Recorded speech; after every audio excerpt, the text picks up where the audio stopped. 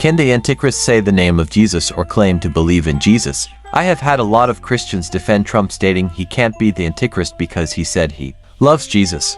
They used to John 1 verse 7, which says, "For many deceivers have gone out into the world who do not confess Jesus Christ as coming in the flesh."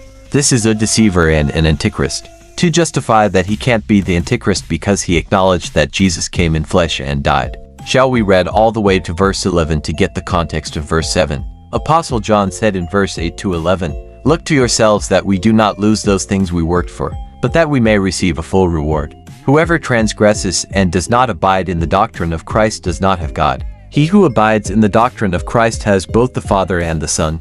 If anyone comes to you and does not bring this doctrine, do not receive him into your house nor greet him, for he who greets him shares in his evil deeds." After reading this, it is clear that simply believing Jesus has come in flesh is not enough. It is believing that he came in flesh, keeping and obeying the teachings of Jesus Christ on earth that disqualifies you from being an Antichrist or the Antichrist. On verse 8, John warned many believers not to lose everything they worked hard for all their entire Christian journey, the last hour, as a result of deception from the Antichrist and his prophets. Remember, it is not how you start the race but how you finish it. In Matthew 15 verses 7 to 9, Jesus said, "You hypocrites! Well did Isaiah prophesy of you, when he said, 'Oh, this people honors me with their lips, but their heart is far from me. In vain do they worship me, teaching as doctrines the commandments of men.'" Isaiah 29 verse 13 says, "And the Lord said, Because this people draw near with their mouth, and honor me with their lips, while their hearts are far from me, and their fear of me is a commandment taught by men." Ezekiel 33 to 31 says, "And they come to you as people come, and they sit before you as my people, and they hear what you say, but they will not do it. For you with lustful talk in their mouths they act, their heart is set on their gain." In Matthew 7, verses 21 to 23, Jesus says, "Not everyone who says to me, 'Lord, Lord,' shall enter the kingdom of heaven, but he who does the will of my Father in heaven. Many will say to me in that day, 'Lord, Lord, have we not prophesied in your name, cast out demons in your name, and done many wonders in your name?' And then I will declare to them, 'I never knew you, depart from me, you who practice lawlessness.'" James to verse 19 says, "You believe that there is one God. You do well. Even the demons believe and tremble. But do you want to know, O foolish man, that faith without works is dead?" Mark 5 from verse 1 to verse 13. A man possessed by 2,000 demons saw Jesus from afar and ran to worship him, proclaiming him to be the Son of the Most High God. It is clear that demons know him, worship, and beg for his mercy.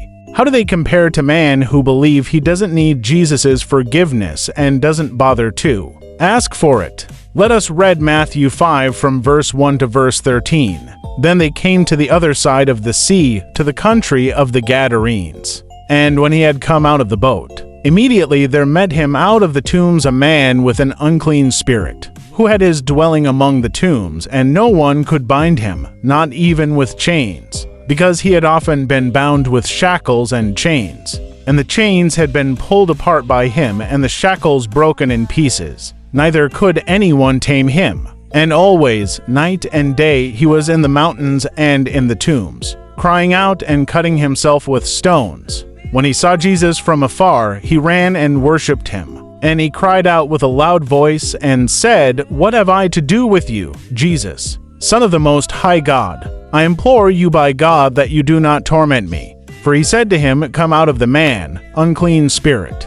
Then he asked him, 'What is your name?' And he answered, saying, 'My name is Legion, for we are many.' Also he begged him earnestly that he would not send them out of the country. Now a large herd of swine was feeding there near the mountains. So all the demons begged him, saying, 'Send us to the swine, that we may enter them.' And at once Jesus gave them permission. Then the unclean spirits went out and entered the swine. There were about 2,000. And the herd ran violently down the steep place into the sea and drowned in the sea. What is even scary is that some believers are even going all the way to change Bible scriptures for the sole purpose of defending Trump, thus trumping the gospel.